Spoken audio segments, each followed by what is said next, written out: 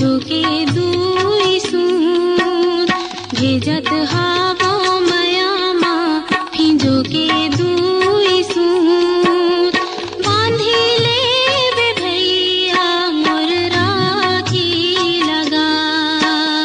बांधी लेबे भैया मोर राखी लगा।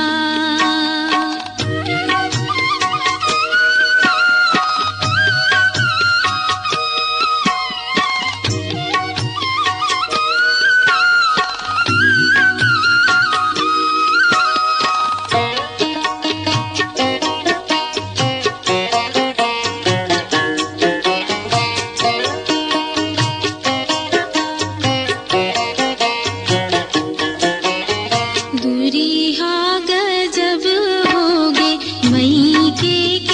अंगना दूरी हा देते ससुराल दूरी हा गजब होगे मई के अंगना दूरी हा देते ससुराल दूरी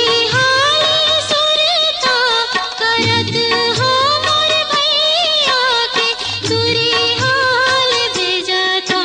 पियार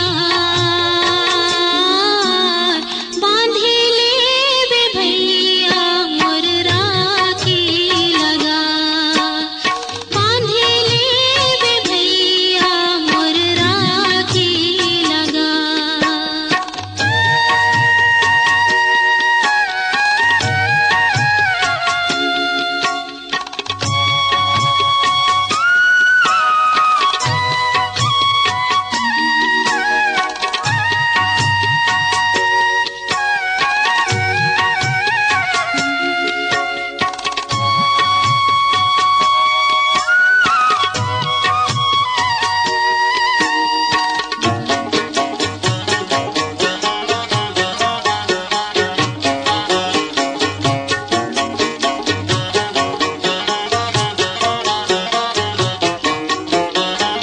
रही रही आवत हावे मई के